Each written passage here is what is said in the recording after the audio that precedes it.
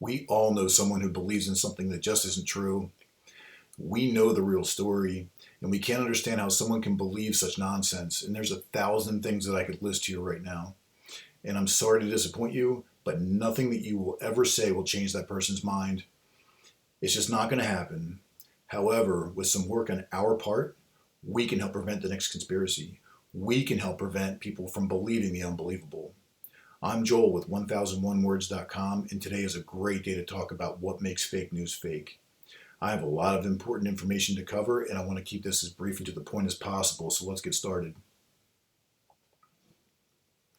The topics today are: what is fake news, misinformation versus disinformation, opinions, editorials, and analysis, the 3 V's, and sharing does not mean caring.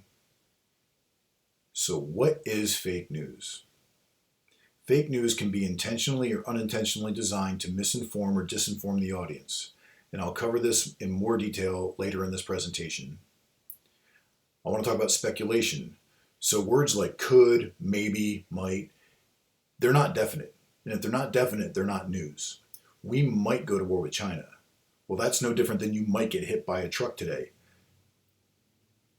Possibilities are not news. News is factual and actual. I'll cover opinions, editorials, and analysis later, but just know that I've included these as fake news for a reason. Just because you do or do not believe something doesn't mean it's fake. Just because you do or do not want to believe something doesn't make it fake. With that said, no one should ever expect to change someone's mind from believing what they want to believe. This is a cognitive issue, not a moral or ethical issue.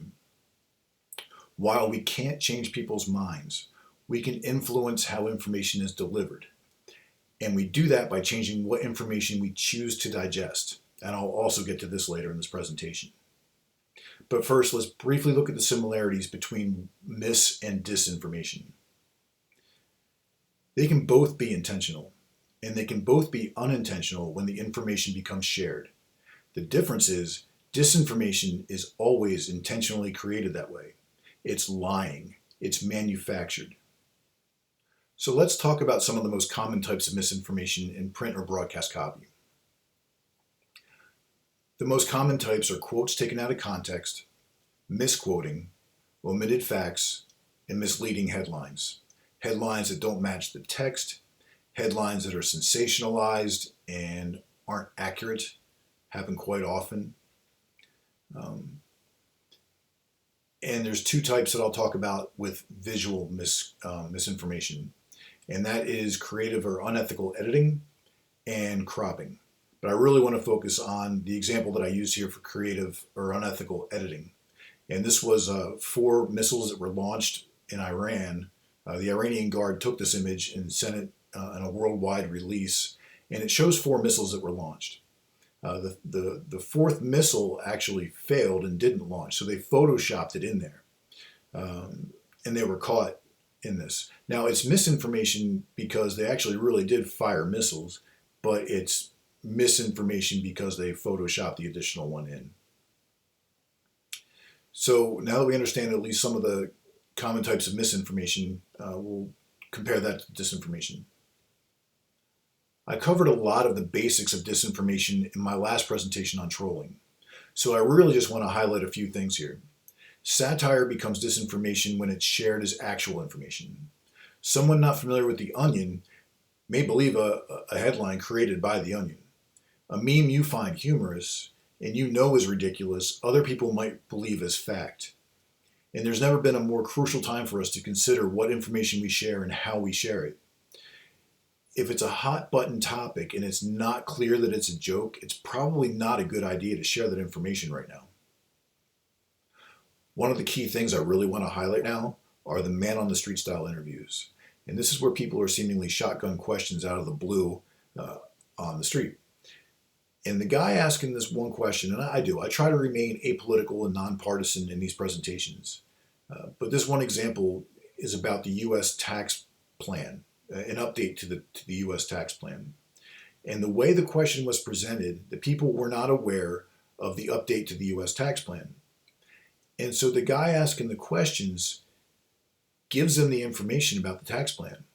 And so now these people are getting asked questions, and now they understand and think that they're actually eligible to get this tax break. And unless they're earning over a certain amount, they're not getting the tax break. But that information wasn't presented during the man on the street. That information is actually in the actual documents and in the actual tax laws. But if you don't know to go and look that up, you are only aware that people are getting a massive tax break without any mention of how much money you have to make to be able to get that tax break. So as an aside here, I cannot stress how important it is for our society to change the way we digest information. Information is presented to us like a bag of potato chips. It looks full, and as soon as you open it, you realize half of it's air. We are not getting our full money's worth here with the information that we get. And that leads me into talking about editorials and opinions. So why did I lump editorials, analysis, and opinions into fake news? Well, here's why. They're all interpretations of the facts. While the core of the information may be factual, if the source is not objective or appears to be partisan or biased, there may be information intentionally left out because that information is contrary to their opinion or doesn't align to their perspective. So it's always important to further research this type of information. Something I always do personally, I always check on more information about the person presenting the information. If there's a link to an author in an article, I'll click on that link. I'll read the author's bio. I'll even go visit the author's Twitter page. I'll go visit their Facebook page. I'll do the same thing for a television presenter, news anchor, whatever. I'll go look up their information. I want to find out who's paying them. I want to find out what organizations they belong to. I want to find out if they actually have any inherent bias in their reporting, if we may or may not be getting the full information from them. I want to know these things. I want my money's worth with the information. I don't want a half-empty bag of chips. I want the full information, and I'm going to go find it. And it's the same thing when it comes to polls and surveys and other data. This also may be skewed information. It might be inaccurate. It might be biased. I really hate to say this, but you really can't trust anything as factual that is not directly from a source. And if you want the truth, you have to research the truth. And the burden of that is on the consumer. And this leads to the 3 V's. Verify that the headline matches the content.